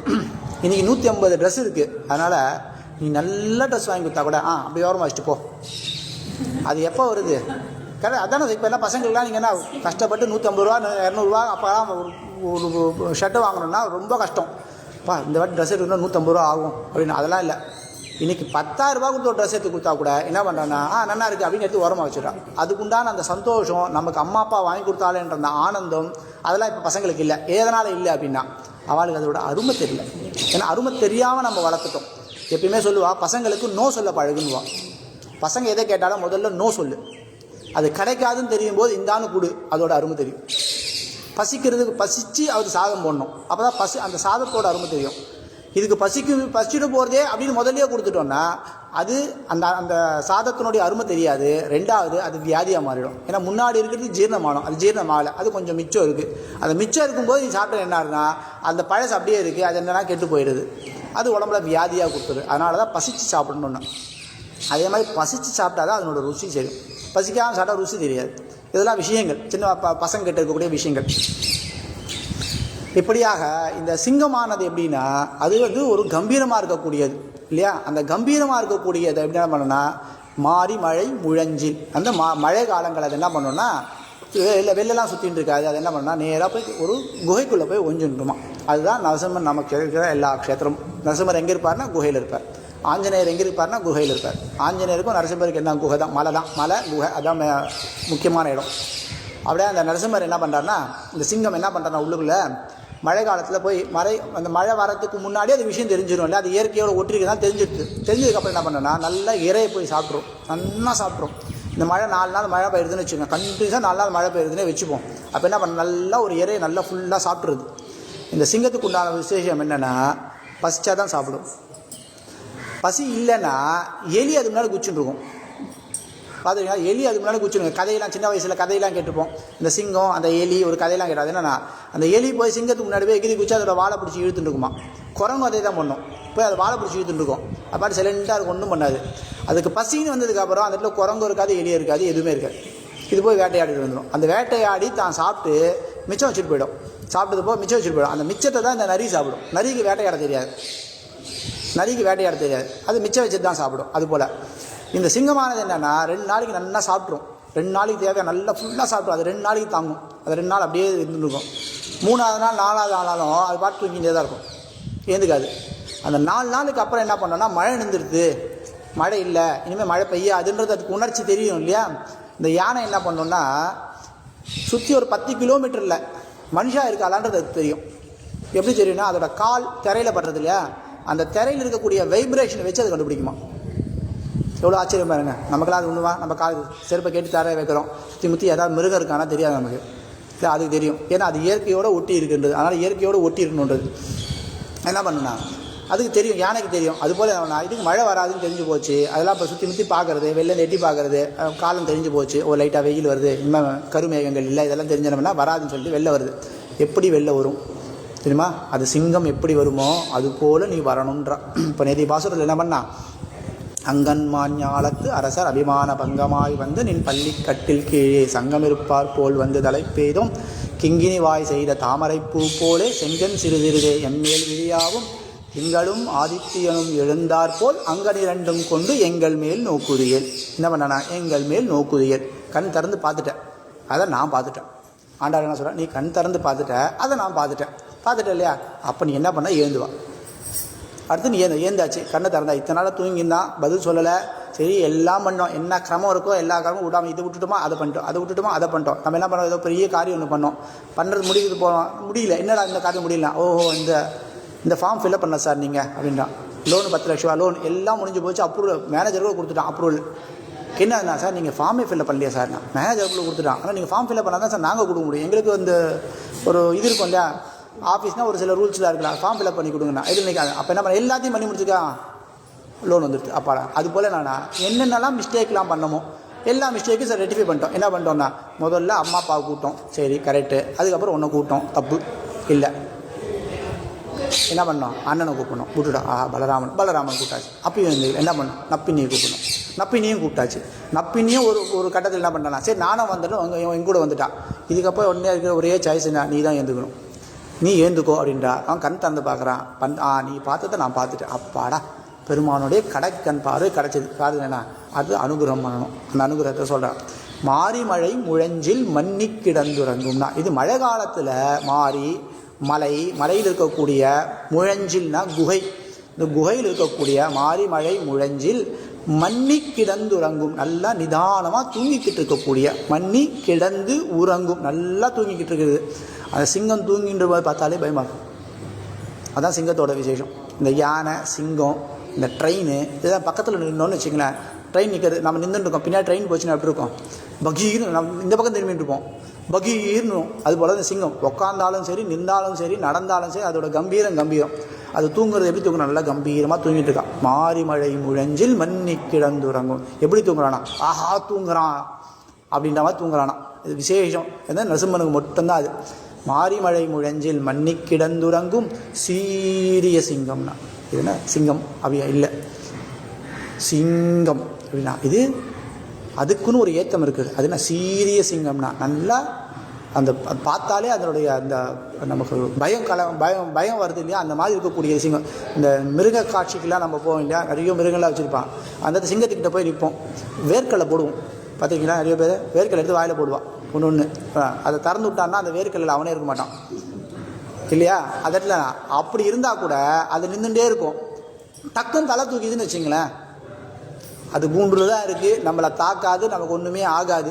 ஆனால் என்ன ஆகுனா பகீர்னு ஒரு தடவை உள்ளேருந்து அப்படியே பொங்கி அப்படியே வேர்வை கொட்டும். என்ன பண்ண ஒன்றும் பண்ண, கூண்டுக்குள்ளே இருக்கிற சிங்கம் தான் தலை தூக்கி பார்க்குறது இல்லையா? அப்போது சிங்கம் கூண்டுக்குள் இருந்தாலும் சிங்கம் தான், அது சினுங்காது, கர்ஜிக்கும் இல்லையா? அப்படி தூங்கிக்கிட்டு இருந்தால் கூட அது எப்படின்னா அது கம்பீரமாக தூங்கிட்டு வேண்டாம். சீரிய சிங்கம் தூங்கிட்டு இருக்கு. என்ன சிங்கம் தூங்கிட்டு இருக்கு? எப்படின்னா சீரிய சிங்கம் தூங்கிட்டு இருக்கு அப்படின்றா. அப்படியாக மலை முழஞ்சில் தூங்கி கொண்டிருக்கக்கூடிய இந்த சீரிய சிங்கம் சொல்லக்கூடியது. அந்த சீரிய சிங்கம் மாரிமழை முழஞ்சில் மன்னி கிடந்துறங்கும் சீரிய சிங்கம் அறிவுற்று தீவிழித்து. அறிவுற்று நம்ம பார்த்தோம் இல்லையா? எம்பெருமானே அறிவுராய், யசோதாய் அறிவுராய் அப்படின்னா நீ தூக்கத்தை விட்டு என்ன பண்ணா உன்னுடைய அறிவை தெர அப்படின்னா அறிவை உபயோகப்படுத்தினா. தூங்கிட்டு இருக்கிற அறிவு இருக்காது இல்லையா? தூங்கிட்டு இருக்கும்போது என்னென்னா நம்ம மனசு இருக்கும், எல்லாம் மற்ற அங்காவயவங்களாம் ஒர்க் பண்ணிகிட்டு இருக்கோம், ஆனால் இந்த அறிவு இருக்காது. இந்த அறிவு சம்மந்தப்பட்ட விஷயம் எதுவும் நடக்காது. அப்போ அந்த அறிவு உராய் அப்படின்னா திடீர்னு நமக்கு முழிச்சுக்கும், பாதராத்திரியில் முழிச்சுக்கும். எப்படி முழிச்சுக்கணும்? அந்த அறிவு எழுந்துட்டோம், டக்குன்னு எழுந்துட்டோம், அப்போ தான் நமக்கு முழிக்குது. என்னடா அப்படின்னு ஓஹோ தூங்கின மாதம் திரும்பி தூங்கிடும். என்ன பண்ணுறோம்? மார்கழி மாதம் 4 மணி கோவிலில் தரகரா, 5 மணி தீர்த்தம் சடாரி, 3:30 மணிக்கு அலாரம் வைக்கிறோம். அப்போ தானே ஏந்து போய் 4:45 போய் நிற்கிறது கரெக்டாக இருக்கும். என்ன பண்ணோம்? 3 மணிக்கு அலாரம் வைக்கிறோம், 3:30 தானே, திருப்பி ஒரு அமுக்கு அமைக்கி திருப்பி படுத்துன்றோம். 3:45 தானே, திருப்பி ஒரு அமுக்கு அமைக்கி திருப்பி படுத்துன்றோம். 4 மணி 4 மணி ஆயிடுதா அப்படின்னு ஓடி வரும்ல. அதுபோல் என்னென்னா மன்னி கிடந்துறங்கும் சீரிய சிங்கம் அறிவுற்று தீவிழித்து. என்ன டக்குன்னு ஏந்துக்கணும், ஏந்து பார்த்துட்டு அப்படின்னு நம்ம ஒரு மொழி முழிக்கிறோம் இல்லையா? அந்த மாதிரி நீ அறிவிட்டுனா தூக்கத்தை விட்டு எழ வேண்டும். ஏந்து என்னன்னா நீ உன்னுடைய அறிவை எடுக்கணும். என்னென்னா உன்னுடைய அந்த சக்தியோடு நீ ஏந்துக்கணும், ஏந்து வரணும். எப்படி வரணும்னா அறிவுற்று தீ விழித்து அப்படின்னா. தீ விழித்துனா அந்த சிங்கத்தோட கண்ணை பார்க்கணுமே. நம்ம சாதாரணமாக காட்டுக்குள்ளே போய் பார்க்க முடியாது, அது எங்கேயோ இருக்கும், நம்ம எங்கேயோ இருப்போம். அது நம்ம பக்கம் திரும்பித்துனா நாம் எங்கேயோ இருப்போம் இல்லையா? அது எங்கேயோ இருக்கும், நாம் எங்கேயோ இருப்போம். அது நம்ம பக்கம் திரும்பித்துனா நாம் எங்கேயோ இருப்போம் இல்லையா? அப்படிப்பட்ட இருக்கக்கூடியது நம்ம அங்கே பார்க்க முடியாது. அப்போ என்னன்னா இந்த மிருக காட்சியெல்லாம் சாப்பிட்ணும் பார்த்தீங்கன்னா சிங்கம் இருக்கும் பக்கத்தில், அப்பயும் தூரத்தில் இருந்துட்டு இருப்போம். ஒரு 4 அடி தள்ளி நின்று தான் பார்ப்போம். அந்த கண்ணு பார்க்கணுமே, அந்த பார்வை இருக்கும்ல. சில பேர் பார்க்குற பார்வையில் பயந்துருவா, பார்க்குற பார்வையில் பயந்துருவா. இந்த பசங்க வளர்க்குறதுல நான் எல்லாருக்கிட்டும் சொல்கிற விஷயம் என்ன சொல்லுவேன்னா, பசங்கக்கிட்ட நாம் எப்படி இருக்கணும் அப்படின்னா இறங்கி போய் விளையாடணும். அது சின்ன ஒரு 5 வயசுக்கு வந்தாலும் 10 வயசுக்கு வந்தாலும் 20 வயசுக்கு குழந்தையாக இருந்தாலும் சரி, நம்ம குழந்தை தானே. 20 வயசாலும் நம்ம குழந்தை தானே. அதுக்கிட்ட எப்படி இருக்கணும்னா நாம் இறங்கி அதோட நிலைமை என்னவோ அதுக்கு போய் நம்ம இருக்கணும். அப்போ தான் அதுக்கு நமக்கும் ஒரு பந்துத்துவம் ஸ்ட்ராங்காக இருக்கும். ஆனால் தப்புன்னு ஒன்று பண்ணுற நேரத்தில் நாம் பார்க்குற அந்த பார்வையில் ஐயோ நான் ஒன்றும் பண்ணல, அது அவன் தான் பண்ணான். அந்த 2 செகண்டு இல்லை ஒரு அரை நிமிஷம் என்ன பண்ணணும், அந்த கண் பார்வை என்ன பண்ணணும்னா அதை மிரட்டி முடிஞ்சதுக்கப்புறம் திருப்பியும் குழந்தையாடணும். எம்பெருமான் கிருஷ்ணன் என்ன பண்ணுறான், இதான் பண்ணுறான், லீலைகள் பண்ணுறான், இங்கே குதிக்கிறான், அங்கே போகிறான் வரான், திடீர்னு காணாமல் போகிறேன், எங்கண்ணா ஒரு அரக்கனை கூட்டு வந்துடுறான். ஏன்னா சாதாரணமாக இங்கே தாண்டா தூங்கியிருந்தேன், இங்கே தாண்டா விளையாடினேன், எப்படா போனேன், எப்படா வந்தேன் இருக்கு இல்லையா? அது போல் என்ன அந்த ஒரு க்ஷணம் மட்டும் என்ன பண்ணினா டக்குன்னு ஒரு கண் பார்வையில் பார்க்கணும். அந்த குழந்தை அதுக்கு பயப்படுற மாதிரி நம்ம நடந்துக்கணும் இல்லையா? விளையாடும்போது நான் விளையாடுவேன், ஆனால் ஏதாவது பொல்லாத்தனம் பண்ண அந்த பயம் குழந்தைக்கிட்ட இருக்கணும். அப்படி தான் நம்ம குழந்தைய வளர்க்கணும். அப்போ என்னன்னா அந்த கண் பார்வையில் என்ன ஆகுதுன்னா அந்த குழந்தைக்கு ஒரு பயம் வரணும் இல்லையா? அதே அப்பா தான், அதே பெரியப்பா தான், அதே சின்னப்பா தான், ஆனால் பார்க்கும்போது என்ன பண்ணால் சந்தோஷமாக இருக்கணும். கூப்பிடும்போது எப்படி கூப்பிடணும், எங்கள் அண்ணா பசங்களை அப்படி தான் கூப்பிடுவா, நானும் அப்படின்வா. பசங்கிட்ட அப்படி தான் இருக்கணும். ஆனால் ஏதாவது ஒன்றுன்னா நம்ம ஒரு பார்வை பார்த்தோம்னா ஐயோ சித்தப்பா நான் இல்லைப்பா அப்படின்னு அந்த மாதிரி ஒரு பயம் இருக்கணும். ஏன்னா நாம் வளர்க்குறது அப்படி வளர்க்கணும். அப்படியாகண்ணா இந்த சிங்கம் என்னன்னா பார்வை பார்க்குறதா எப்படி பார்க்குறது அப்படின்னா சீரிய சிங்கம் எப்படி பார்க்கணும், தீ விழித்து அப்படின்னா அப்படின்னு உள்ளுக்குள்ளே அந்த கண்ணில் நெருப்பு அப்படியே தழும்பும் தெரியுமா? கண் பார்வை அந்த நெருப்பு சில பேர் பார்த்தான்னா அப்படி குளிர்ச்சியாக இருக்கும். சில பேரோட கண் பார்த்தோன்னா அந்த கண்ணோட அழகு கழல்வி இது மாதிரிலாம் பார்த்தோம்ல, ஊடு கழல் உகலை அப்படிலாம் பார்த்தோம்ல, அந்த கழல்வி மீன் போல் கண்ணுன்னா பார்த்தோன்னே ஆனந்தமாக இருக்கும். அந்த குழந்தைய பார்த்தாலோ அந்த பொண்ணை பார்த்தாலோ பார்த்துட்டே இருக்கலாம் போது, கண்ணு என்ன அழகான கண், என்ன திவ்யமான முகம் அப்படின்னு இருக்காது. அது போல் சில பேர் கண்ணில் பார்த்தோன்னா அந்த கோவம் அப்படியே தெரியும். இந்த கோவம் தீ விழித்து நல்லா செகப்பாயிடும் கண், கோவம் வந்தால் சில பேர் செகப்பாயிடும் கண் அப்படின்னா. இவன் இந்த சிங்கம் எப்படின்னா கண்ணை திறந்து அப்படி பார்த்தா அந்த பார்த்த மாத்திரத்துலேயே நமக்கு ஒரு உழுக்கும். பயம்லாம் இல்லை, உழுக்கும். உடம்பு ஒருத்தோட உலுக்கி எழுதுக்கும். அப்படியும் ஒருத்தர நம்ம வந்து பேசிகிட்டே இருக்கும்போது திடீர்னு ஏதோ யோசனையில் இருப்போம், ஆழ்ந்திருப்போம், யாராவது கூப்பிட்டா கூட தெரியாது. அப்போ என்ன பண்ண, ஒரு உழுக்குவா, பிடிச்சி ஒரு ஆட்டுவா. ஆட்டுனா என்ன பண்ணா என்னது அப்படின்றோம். அதுபோல் ஒரு செகண்ட் என்னன்னா அந்த பார்த்தோன்னே என்னது அப்படின்ற மாதிரி இருக்கும். அப்படியாக அந்த கண் எப்படி இருக்கும்னா தீ விழித்து அப்படின்னா எப்படி இருக்கும்னா, எம்பெருமானோடைய கண்கள் எப்படின்னா தீ விழித்து அப்படின்னா. அப்படி நினச்சிக்காத, நான் கதிர்மதியும் போல் முகத்தான் தெரியுமோன்னோ, நான் யார் தெரியுமோனா உன் பக்கத்துலேயே உட்காந்துட்டுருக்கேன், உன் கூடயே விளையாடிட்டு இருக்கேன், உன் கூடயே சிரிச்சுட்டு இருக்கேன். இந்த அனுபவம் யாருக்காக கிடைக்குமா? எப்பேற்பட்டவன் நான். அதான் சொன்னேன் இந்த முதல் பாசுரத்தில் அந்த ஒரே ஒரு வரி, நாராயணனே என்ன, எப்பேற்பட்டவன் அவன் பரமாத்மா, அவன் நமக்கே என்ன, பாவத்தை மட்டுமே பண்ணிட்டு இருக்க நமக்கே. நல்லது பண்ணணுமா, வேண்டாப்பா அப்புறம் பார்த்துக்கலாம், கெட்டது பண்ணுமா, அதோ வந்துட்டேன் அப்படின்னு இருக்கக்கூடிய நமக்கே அந்த நாராயணனே வந்து என்ன பண்ணுறான், பறை தருவான், மோட்சத்தை கொடுப்பான்னா அதை விட ஒரு விஷயம் நமக்கு தேவையா? அதை விட ஒரு விசேஷம் நமக்கு தேவையா இருக்கு? வேற ஏதாவது இருக்கானா? இல்லை. அப்படிப்பட்டவன் எம்பெருமான் நாராயணனே அப்படின்னு இருக்கக்கூடியவன் தான் தீ விழித்து என்ன, துஷ்ட சிக்ஷனை. எப்போ ஒரு கெட்டவனை நான் தண்டிக்கணும்னு முடிவு பண்ணுறனோ அப்போ என்ன ஆறுதுன்னா நான் அவனை தண்டிக்கிறேன், அந்த கோபப்பாரில் பார்க்கலாம். அப்படிப்பட்ட நீ வந்து கர்ஜித்து கொண்டு, இந்த இடத்துல கோபம் உன்னை சிக்ஷிக்கிறான்ற அர்த்தம் இல்லை, இந்த இடத்துல தீ விழுத்துனா உன்னுடைய அந்த மினுக்கு இருக்கு இல்லையா, சிங்கம் காட்டணும்ல. ஒரு சிங்கம் நேரம் மெதுவாக ஓடி வந்து இது தலைவினா எப்படி இருக்கும், நம்ம அது சிங்கம்னு மதிப்போமா? அது சிங்கம் போல இருந்தால் தான் சிங்கம் இல்லையா? அதான் அது மாதிரி எனக்கு தான் தீ விழித்து அப்படின்னா வேரி மயிர் பொங்க, நல்லா தீ விழுத்து, கண்கள் அப்படியே தீ குழம்பு வரணும். எப்படின்னா அது வேட்டையாடுறதுக்காக காத்துட்ருக்கு. ஏன்னா 2 நாள் பசி, 2 நாளைக்கு உள்ளே போயிடுது, அது 2 நாள் தாங்கி எடுத்து 2வது நாளுக்கு அப்புறம் பசிக்கிறது. ஆனால் தூங்கிட்டு இருக்கிறதுனால பெருசாக தெரில. தூக்கத்துலேருந்து எழுந்து நான் சில பேர் தூக்கத்தில் நைட் சாப்பிட்ருக்க மாட்டா, மத்தியானம் எங்கேயோ வெளில போய் லேட்டாக வந்திருப்பா, முடியல டயர்டாகி படுத்துட்டுருவா, காத்தால எழுந்தோடனே என்ன ஆகலாம், பசிக்கிற மாதிரி இருக்கும் இல்லையா?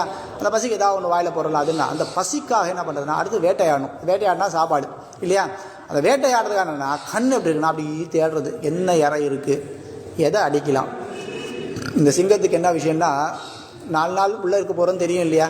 2 நாளைக்கு எடுத்துட்டு 2 நாளைக்கு சாதம் எடுத்துன்னு வர வேண்டியதானே, அதுக்கு என்ன வேணுமோ எடுத்துன்னு வந்துக்கலாம்ல, எடுத்துன்னு வராது சிங்கம். அப்போதைக்கு வேட்டையாடி அப்போதைக்கு சாப்பிட்டு மிச்சத்தை வச்சு போடுமே தான், அது எடுத்துன்னு வராது. அதுதான் சிங்கம். ஏன் சிங்கத்துக்கு மட்டும் பெருமை? ஏன் சிங்கம் மட்டும் காட்டுக்கு ராஜா இல்லையா? அது சிங்கத்துக்கு காட்ட அதனுடைய நடந்துக்கிற முறை. அது எப்படி நடந்துக்கணும்னா, ஒருத்தர் சில பேர் நடந்துக்கிற முறையில் எப்படி இருக்கும்னா, சுவாமி வந்துட்டார், நல்லா இருக்கார், ரொம்ப சௌந்தர்யம், ஐயோ வந்துட்டானே, இவன் கத்துவான், இவன் திட்டுவான், பேசினா ஏதாவது ஏழாகுளமாக பேசுவான், ஐயோ அவன் வந்தாலே நம்ம இப்படி போயிடலாம் அப்படின்னு இருக்கு இல்லையா? அந்த ஸ்வபாவம் தான் நம்ம காட்டும். நான்றதை லௌகிகமாகவே சொல்கிறேன், நான்றதை நம்ம ஸ்வபாவம் தான் காட்டும். நம்ம சுபாவத்தை பொறுத்து தான் நம்மக்கிட்ட வர்றதோ நம்மக்கிட்ட வராமல் இருக்கிறதோ அவள் டிசைட் பண்ணுவாள். ஐயோ அவங்ககிட்ட போனால் பிரச்சனைப்பா, இல்லை அவங்ககிட்ட போனால் அவன் பைசா கொடுப்பான், ஆனால் பிரான் நான் வாங்கிடுவான், வேணாம் நான் வேறு யார்ட்டையா பார்த்துக்கிறேன் அப்படின்னு அந்த எண்ணம் என்னென்னா அவனோட ஸ்வபாவத்தை காட்டும். அந்த ஸ்வபாவத்தை காட்டினா அந்த ஸ்வபாவம் ரொம்ப முக்கியம். அது என்னென்னா இந்த சிங்கத்தினுடைய ஸ்வபாவம் என்ன அப்படின்னா, பசிச்சாலும் சரி அது என்ன பண்ணா அப்போதைக்கு வேட்டையாடி கொண்டு வந்து வச்சுக்குமே தவிர இப்போ நாளைக்கு வச்சுக்கிறான்னு வச்சுக்காது. அப்படியானவன் இந்த சிங்கமாக இருக்கக்கூடியது. இது என்ன பண்ணால் இந்த 2 நாள் கழிச்சு 2 நாள் பட்னியாக இருக்குது, தூக்கத்தில் இருக்குது தெரியல, ஏன் உடனே பசிக்குது. ஏன்னா வேட்டையாடுறதுக்காக அந்த கண்ணை பார்க்கறது, அந்த கண்ணில் சுற்றி முற்றி பார்க்கறது. ஒரு இறை மாட்டு எடுத்துன்னா என்ன ஆகும்னா உடனே அது கிளம்ப ஆரம்பிக்கும். எப்படி கிளம்போம் அப்படின்னா அந்த கிளம்பத்தை தான் சொல்கிறா. வேரி மயிர் பொங்க, வேரி மயிர்னா அது பிடாரி மயிர், பிடாரி முடின்னு அந்த முடி இருக்கும். அந்த முடி இருக்கு இல்லையா, இதில் சொல்லும் போனால் வேரி மயிர் பொங்க அப்படின்னு ஏன் சொல்கிறான்னா நல்ல நறுமணம் இருக்கக்கூடிய அந்த பிடாரி அப்படின்றார். அப்போது இந்த இடத்துல சொல்கிறது பேருக்கு சிங்கம்னு சொன்னாலும் சொல்லக்கூடியது சிங்கப்பிரானை. காட்டில் இருக்கிற சிங்கத்துக்கு நறுமணம் இருக்குமா? நேராக திருவிளையாடலுக்கு போயிடலாம். இயற்கையிலே மனம் உண்டா? இல்லை. ஒரு விவாதம் அதெல்லாம் ஒன்றும் வேண்டாம். ஏன்னா க்ளீனாக தெரியுது காட்டுக்குள்ளே இருக்கிற சிங்கத்துக்கு இருக்கக்கூடிய பிடாரி முடி, அந்த பிடாரி முடியில் வாசனை இருக்குமானா கண்டிப்பாக இருக்காது, நாற்றம் தான் இருக்கும். என்ன இருக்கும்னா ஏற்கனவே நேற்று சாப்பிட்டது ஒன்று இருக்குல்ல, அது மேலே பட்டிருக்கும், அது நாற்று தான் இருக்கும். இவாளெல்லாம் என்ன ஆயர்பாடிகளை மத்தினால் தயிரை கடந்தாளா, அந்த தயிர் போய் மேலே பட்டுதா, அது கையில் பட்டு தலையில் தேய்ச்சாலா, அதனால் வாசனையாக இருக்கானா? அதெல்லாம் ஒன்றும் இல்லை. இது காட்டுக்குள்ளே தான் இருக்குது, குகைக்குள்ளே தூங்கிட்டு இருக்குது. நம்ம ஆற்றுக்குள்ளே தூங்கினாலே வேத்து கொட்டுது ஃபேன் இல்லைனா, இது குகைக்குள்ளே போய் தூங்கிட்டு என்னென்னா ஃபுல்லாக வேத்து கொட்டிட்டு இருக்கும். அப்போ பிடாரி முடி எப்படி இருக்கும்னா கொஞ்சம் தள்ளி நிற்கிற மாதிரி தான் இருக்கும் இல்லையா? ஆனால் இந்த இடத்துல என்ன சொல்கிறேன்னா நல்லா பரிமளமான நல்லா அழகான கர்லிங் ஹேர் இருக்கக்கூடிய இந்த சிங்கத்தினுடைய பிடாரி அப்படின்னு ஏன் உயர்த்தி சொல்கிறான்னா, இது சிங்கப்பிரானை உடையது. பிரான்னா யார்? பெருமாள். சிங்கப்பிரான்னா நரசிம்மன். இந்த நரசிம்மனுடைய அந்த தலைமுடி எப்படி இருக்கும் அப்படின்னா, இந்த குணங்கள்லாம் யாருக்கிட்ட இருக்குன்னா நரசிம்மன் கிட்ட இருக்கான். நரசிம்மன் கிட்ட தான் அந்த மினுக்கு இருக்குது, அந்த இது இருக்குது. நரசிம்மனை பார்த்தா தான் பயம் இல்லையா? நம்ம யார் மற்ற பெருமாள் கிருஷ்ணனை பார்த்தா பயம் வருமா? வராது. நல்ல சிரிப்பு வரும். ராமனை பார்த்தா சந்தோஷம் வரும் இல்லையா? வாமனனை பார்த்தா அப்படின்னா ஆனந்தம் வரும். நல்ல குழந்தை. நம்ம பார்த்து குழந்தைய பார்த்தோன்னா என்ன சந்தோஷம் ஆனந்தம் வருது. அந்த மாதிரி தான் வாமனனை பார்த்தா குழந்தை. இப்போ ஒவ்வொருத்தருக்கும் ஒவ்வொரு இது இருக்குது இல்லையா? அதுபோல் சிங்கப்பிரானை பார்த்தானா முதல்ல ஒரு செகண்ட் பயம் வரும். ஆனால் அவனை அனுபவிக்க ஆரம்பித்தா அவனை போல அழகானவன் இல்லைன்றான். இந்த தசாவதாரங்களில் அழகானவன் யாருன்னா சிங்கப்பிரான். எதனாலனா, நீ நல்லா நிதானமாக உற்று நோக்கிப்பார். பார்த்தனா அவன் அவ்வளோ அழகாக தெரியும். அது சிங்கம்னு நம்ம தூரத்தில் பயத்தில் பார்க்குறோமே தவிர, அதே சிங்கத்தை சாதாரணமாக நம்ம டிவியில் பார்க்கும்போது எவ்வளோ ரசிக்கிறோம். அது பண்ணக்கூடிய சேஷ்டைகள் இருக்குது, அது பண்ணக்கூடிய விசேஷங்கள் இருக்குது, அது கூட இருக்கிற சிங்கங்கள் கூட எப்படி இருக்குது, இதெல்லாம் பார்க்குறோம் இல்லையா? அப்போ என்னன்னா, அதுக்குன்னு ஒரு சில சுபாவங்கள் உண்டு. எல்லா மிருகத்துக்கு உண்டான அது சௌலபியமான ஒரு சுபாவம் உண்டு. அதை பார்த்தோன்னா, பெருமாள்கிட்ட இருக்க அந்த சௌலபியத்தை பார்த்தோன்னா அவனை மாதிரி கருணை பண்ணக்கூடியவன் இல்லை. ஏன் அப்படின்னா, ஒரே ஒருத்தருக்காக வந்தவன். ஒரு அவதாரம் ஃபுல்லாக. இப்போ ராமாவதாரத்தில் அங்கேருந்து ஆரம்பித்து இங்கே வரைக்கும் எத்தனை பேரை காத்தான்? கிருஷ்ணாவதாரம் எத்தனை பேரை அழித்தான், எத்தனை பேரை காத்தான்? அப்படிலாம் இல்லை. ஒருத்தனுக்காக வந்தான். எவன் ஒருத்தனே விட்டுரு, ஒரு யானைக்காக வந்தான்பா. வேறு என்ன சொல்ல முடியும்?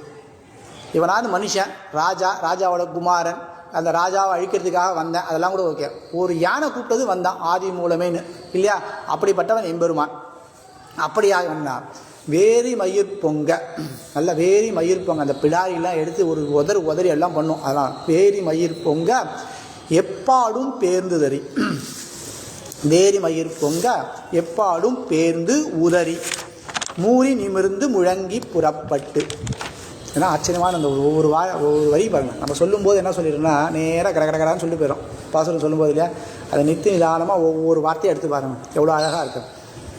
மாறி மழை முழஞ்சில் மன்னி கிடந்து உறங்கும் சீரிய சிங்கம் வேரி மயிர் பொங்க எப்பாடும் பேர்ந்து உதறி. நல்லா ஏந்து பேர்ந்து உதறி அந்த தலையை ஒரு உதறும்.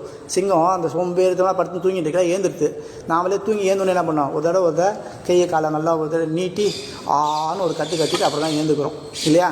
அப்போ நமக்கு என்னென்னா ஒரு ரிலாக்ஸேஷன் கிடைக்கிறது இல்லை. அதுபோல் நான் இது ஏந்து நின்று தலை ஒரு தடவை ஒரு உதறிட்டு அந்த பிடாரி முடியெல்லாம் ஒரு களைஞ்சதுக்கப்புறம் அது திரும்பி பண்ணி ஒரு உடம்பை ஒரு தடவை உலுக்கி நல்லா வேட்டைக்கு போகிறதுக்கு ஏற்ற மாதிரி அந்த உடம்பை மாற்றிக்கும். அந்த தூங்குற நேரத்தில் என்ன பண்ணால் அந்த நம்ம இதெல்லாம் வந்து கொஞ்சம் சுருங்கி இருக்கும், அங்கெல்லாம் கொஞ்சம் சுருங்கி இருக்கும். இப்படி தான் படுத்துட்டு இருப்போம். அந்த அங்கங்கெல்லாம் விரிச்சிக்கணும் இல்லையா? அது விரிச்சிக்கிறது தான். எப்படியா? வேரி மயிர் பொங்க எப்பாடும் பேர்ந்து உதறி. இப்படியாக பேர்ந்து உதறி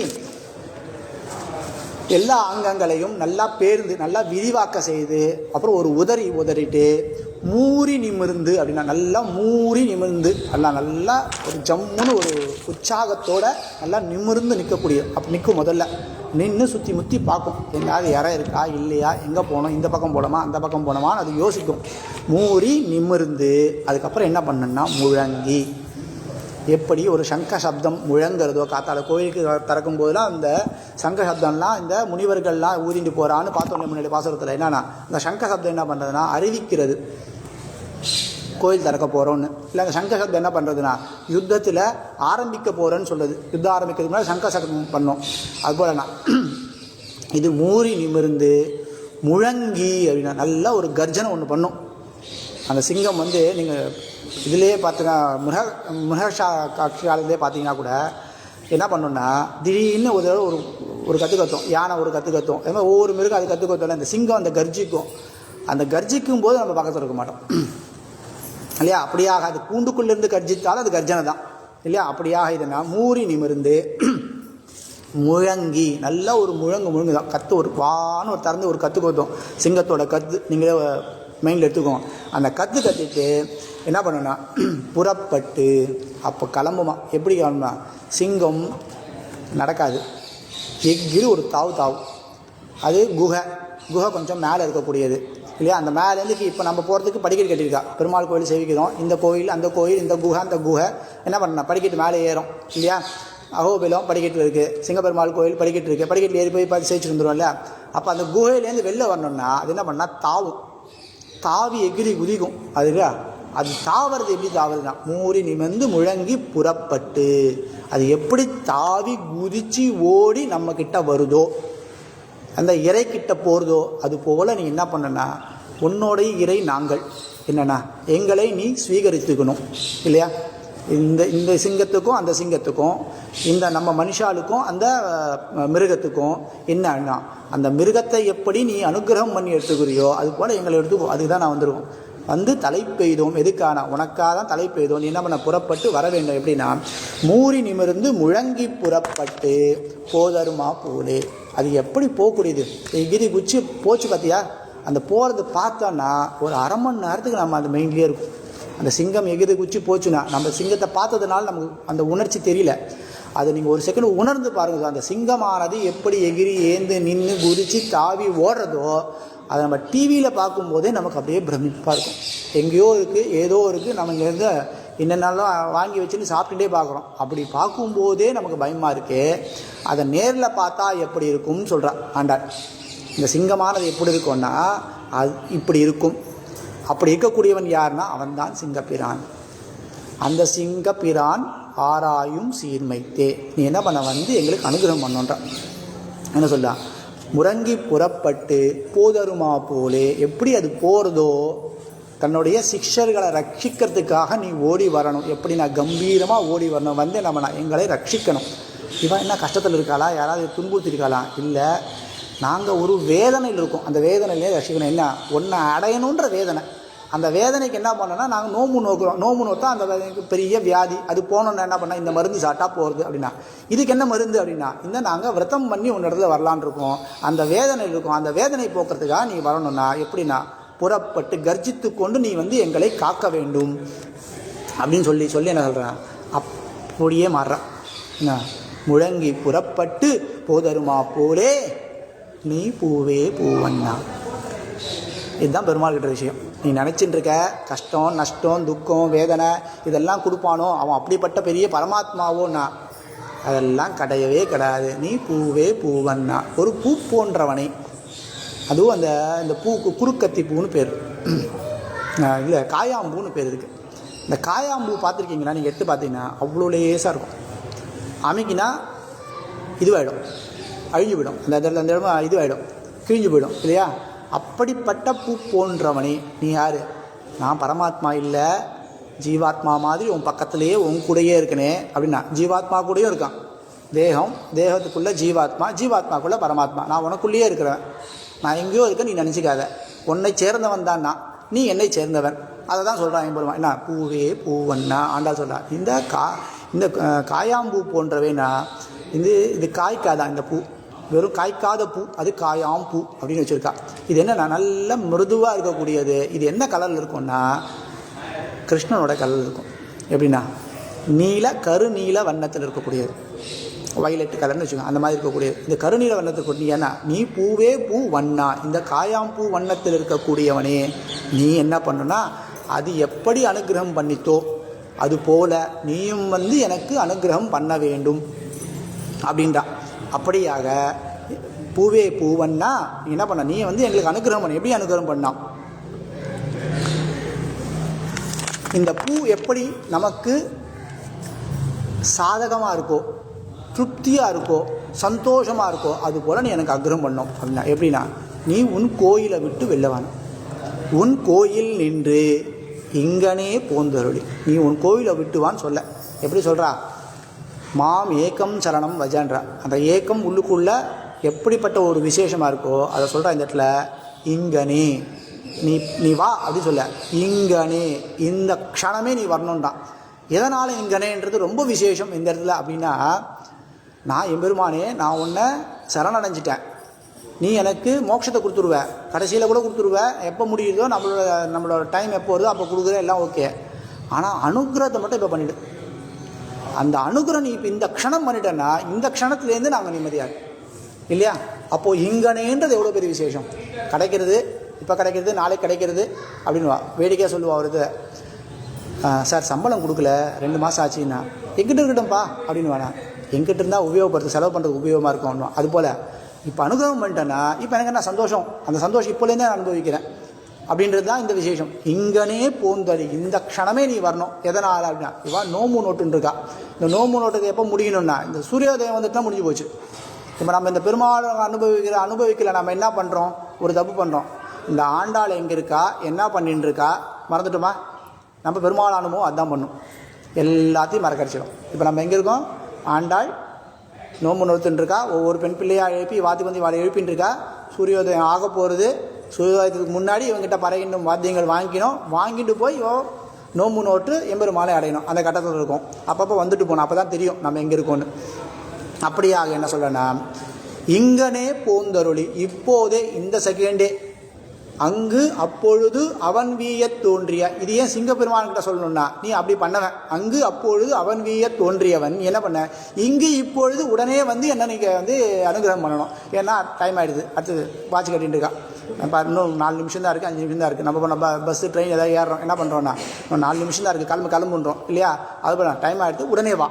என்ன பண்ண, இங்கனே போந்தருளி, உடனே இங்கனே போந்தருளி, போர்ந்து அருளி. போந்தருளின்னா நமக்கு ஒன்றும் புரியல, போர்ந்து அருளி. இந்த போர்ந்து எங்கே பார்த்தோம், எல்லாரும் போந்தாரோ, போந்தார் போர்ந்து எண்ணிக்கொள். ஆச்சரியமான வரிகள். இந்த தத்துவத்தெல்லாம் விட்டுருங்க, தாயார் சொல்கிற தத்துவத்தை விட்டுருங்க, வெறும் தமிழை பாருங்க, என்ன அமிர்தமாக இருக்குது இந்த தமிழ் இல்லையா. ஒவ்வொரு இடத்துலையும் அந்த ஒவ்வொரு வார்த்தைகளினுடைய விசேஷங்கள் எப்படி அந்த பிரித்து பார்க்கும்போது தான் தெரியும். இங்கனே போந்து உடனே கிளம்பி வந்து அருள வேண்டும் அப்படின்னா, போந்தருள வேண்டும் அப்படின்னா, போந்தருளி கோப்புடைய சிங்காசனத்தில் இருந்து. இந்த இடத்துல சிங்காசனன்ற வார்த்தை ஏன் வருது அப்படின்னா, சிங்கம் இருக்கக்கூடிய ஆசனம் சிங்காசனம். அப்போ ஒரு ராஜா இருக்கான்னா அவன் ராஜான்றவன் சிங்கம் போன்றவன் அப்படின்னா, நிருசிம்மனை போன்றவன். அவன் என்ன பேணி காக்கிறான் யாருன்னா, தன்னுடைய பிரஜைகளை தன்னுடைய குழந்தைகளாக நினச்சி பேணி காக்கிடுவேன். அதனால தான் அந்த காலத்தில் சிம்மாசனம், இப்போ சிம்மாசனம் கிடையாது இல்லையா, சேர் இருக்குது. சிஎம் இருந்தாலும் பிஎம் இருந்தாலும் பிரசிடென்ட் இருந்தாலும் கவர்னர் இருந்தாலும் சேர். ஆனால் அந்த காலத்தில் சிம்மாசனம் இருந்து ஏன்னா அந்த அதுக்குண்டான அங்கே இருக்கணும். நான் பெரிய சேர் போடுறேன் இல்லையா, அதுக்குண்டான சைஸ் இருந்தால் தான் நான் உட்கார முடியும். பெரிய சேர் போட்டு ஒல்லியாக ஒருத்தனை போய் உட்கார வச்சா அவன் உட்கார முடியாது, இந்த பக்கம் கை வைக்க முடியாது, அந்த பக்கம் கை வைக்க முடியாது. அப்போ அதுக்கேற்ற மாதிரி தானே மாறுறது, காலம் அதுக்கேற்ற மாதிரி மாறும். இப்போ நம்மளால் ஒன்றும் பண்ண முடியல, பக்தி யோகம் பண்ண முடியல, கர்ம யோகம் பண்ண முடியல, என்ன பண்ண, சரி சரணாகதி பண்ணு. ஏன்னா இந்த கலியுகத்தை ஒன்றால் முடியாது, அது பெருமாள் இறங்கி வரலாம். அது போல் என்னென்னா இந்த சிம்மாசனம் என்னென்னா, சிங்கம் அமரும் ஆசனம் சிம்மாசனம், அதுக்கு பேர். இந்த சிம்மாசனத்தில் வந்து கோப்புடைய சீரிய சிம்மாசனம்னா, கோப்புடையன்னா நல்லா அழகாக இருக்கக்கூடிய, சீரிய நல்லா ஒசந்தி இருக்கக்கூடிய, இல்லை நல்ல பரிமளங்களோடு இருக்கக்கூடிய சீரிய சிம்மாசனத்தில் இருந்து நீ என்ன பண்ண, நேராக கிளம்பி வந்து பெட்ரூமில் படுத்துட்டுருக்க இல்லையா, நல்லா எங்கே படுத்துட்டுருக்கான், திரும்பி பின்னாடி போகணும். என்ன பஞ்சனை, என்ன பஞ்சனை, 5 அடுக்கள் கொண்ட ஒரு படுக்கை. அந்த படுக்கை மேலே தான் இவன் படுத்துட்டு இருக்கான். அந்த படுத்துட்டு இருக்கவன் தூங்கினவன் ஏந்து உருவானா வரமாட்டான். இவன் வற்புறுத்தி வர வைக்கிறான். என்னன்னா அந்த பஞ்சனையிலேருந்து வெளிலவா வந்துட்டு என்ன பண்ணுனா, எனக்கு அனுகிரகம் எங்கன்னா, அங்கிருந்தா நீனும் தூங்கின்னு இருப்பேன் இல்லையா. இங்கே வந்து சிம்மாசனத்தில் உட்காந்தா உனக்கு என்னன்னா, உன்னுடைய கர்த்தவியம் என்னன்னு தெரியும் உனக்கு. அங்கிருந்தா தூக்கம் தான் வரும். இங்கே என்னன்னா, உனக்கு உன்னோட கடமை என்னன்னு தெரியும். என்னோட கடமை என்ன, துஷ்ட சிக்ஷனை சிஷ்ட ரட்சணை. அது தெரிஞ்சு போயிடுச்சுன்னா என்ன ஆகிடும், இங்கே எனக்கு அனுகிரகம் பண்ணுவேன் இல்லையா. இதெல்லாம் ஒன்றுத்தோடு ஒன்று. தாயார் கூப்பிட்றா, எப்படி கூப்பிட்றா, நீ உள்ளே தூங்கிட்டு இருக்க கூடாது, வெளியில் வா, வந்து இந்த சிம்மாசனத்தில் உட்காரு, வந்தால் தான் உனக்கு அனுகிரகம்ன்ற எண்ணமே வரும் இல்லையா. அப்போ நான் வந்து சிம்மாசனத்தில் உட்காருன்றா, கோப்புடைய சீரிய சிங்காசனத்தில் இருந்து நாங்கள் வந்து உட்காந்துக்கோ. முதல்ல இந்த சிம்மாசனத்தில் இருந்து என்ன பண்ணணும் அப்படின்னா, நாம் வந்த காரியம் நாங்கள்லாம் வந்தமே அந்த காரியம், அந்த காரியத்துக்கு நீ அருள வேண்டும் அப்படின்னா என்னன்னா, திருப்பி பின்னாடி வந்து அந்த முதல்ல இடத்த வந்துட்டு என்னன்னா, விரதம் பண்ணோம், விரதத்துக்கு என்னென்ன வேணும் அது வேணுன்றதுலாம் நீ கொடுக்குறேன்ன, அத்தை கொடு அப்படின்னா என்ன சொல்கிறா, யாம் வந்த காரியம் ஆராய்ந்து அருள வேண்டும்னா, எம்பெருமானே உன் திருவிழா வந்துட்டேன், உன்னை சரணாகதி பண்ணிட்டேன், நீ தான் எனக்கு எல்லாமேன்னு உன் காலில் விழுந்துட்டேன். நீ என்ன பண்ணுன்னா, பண்ண வேண்டிய ஒரே ஒரு காரியம் அனுகிரகம் மட்டும் பண்ணு. அந்த அனுகிரகம் அந்த பெருமாளுடைய கடைக்கண் பார்வை நேற்று பார்த்தோம், அந்த கடைக்கண் பார்வைப்பட்டால் எல்லாமே மாறி போயிடும். நாம் என்னென்னலாம் கஷ்டம் நினச்சினோ அந்த கஷ்டம்லாம் இருக்காது. நம்ம எல்லாம் துக்கம் நினச்சோம், துக்கம் இருக்காது. 2 விதமாக துக்கமும் இருக்காது, இருந்தாலும் அது துக்கமாக இருக்காது இல்லையா. தலைக்கு வந்து தலைபாகியோட போன மாதிரி எம்பெருமானம் எல்லாத்தையும் குறைச்சி ஒரு 10% கொடுக்குறான். அப்படியாக எம்பெருமான் என்ன பண்ணுறான்னா, நீ என்னுடைய அனுகிரகத்தை பண்ண வேண்டும். என்ன பண்ணணும் அப்படின்னா, எங்களுக்கு அருள் பாலிக்க வேண்டும். எப்படின்னா, நீ சொன்ன வார்த்தையை காப்பாற்றினா போதும். நான் எக்ஸ்ட்ராவாக ஒன்று கேட்கல, இதை கூட அதை கூடன்னு கேட்கல. ஏன்னா எம்பெருமானுக்கிட்ட எதுவுமே கேட்க, எக்ஸ்ட்ராவாக நம்ம கேட்கவே கூடாது. கேட்டால் என்ன கேட்போம், அந்த முறத்தை கேட்குற மாதிரி தான் கேட்போம். என்ன பண்ணணும்னா, நீ உன்னோட அனுகிரகம் என்னவோ அது எங்களுக்கு பண்ணு. என்ன முக்கியமாக மோட்சம் மட்டும் தான் நான் கேட்குறோம், மற்றது எல்லாமே என்ன உனக்கு என்ன தோணுதோ நீ பண்ணிக்கும் அப்படின்னு எம்பெருமான இடத்துல விட்டு அந்த மோட்சத்தை மட்டும் தான் நம்ம எம்பெருமான்கிட்ட கேட்குறோம். நாங்கள் உன்னோட திருவடியில் வந்து உன்னோட சரணாகதி பண்ணிட்டோம், இந்த நோம்பு நோக்கணும், அதுக்குண்டான வாத்தியங்கள் கொடு, அதை பண்ணிவிட்டு நான் உங்ககிட்டயே வந்துடும் அப்படின்றா. அப்படியாக என்னென்னா, யாம் வந்த காரியம் ஆராய்ந்து, நாங்கள் எதுக்கு வந்திருக்கோன்னு ஆராய்ந்து அருள் பாலிக்க வேண்டும், ஏன்னா உன்னுடைய அனுகிரகத்தை கொடுக்க வேண்டும்ன்றா. இந்த அனுகிரகத்தை வச்சுட்டு இவன் எழுந்தானா, இவன் எழுந்து வந்து உக்காந்துருக்கான், இதுக்கப்புறம் இவன் அனுகிரகத்தை பண்ணானா இல்லையா, இது பண்ணுறதுக்கு அவன் என்ன பண்ணான்ற அடுத்த பாசத்தில் விசேஷமாக சொல்கிறான். போற்றி போற்றி போற்றி போற்றின்னு ஆச்சரியமான விசேஷமாக, அன்று இவ்வுலகம் அளந்தாய் அடி போற்றி சென்றெங்கும் தென்னிலங்கை செற்றாய் திரள் போற்றின்னு இவனை போற்றி புகழ்ந்து பாடுறா. இந்த போற்றி புகழ்ந்து பாடினதுக்கு அப்புறம் தான் அவன் இறங்கி என்ன அதுக்கடுத்த வாசனம் பண்ணான்றது நாளைக்கு அனுபவிப்போம். ஸ்ரீ அமிர்தவல்லி நாயிகா சமேத ஸ்ரீ ஹரிதவாரண பரபிரம்மணே நமஹ. அஸ்மத் குருபியோ நமஹ. அஸ்மத் சர்வகுருபியோ நமஹ. ஸ்ரீமதே ராமானுஜாய நமஹ. ஸ்ரீமத் தாசரதை மகாகுரவே நமஹ.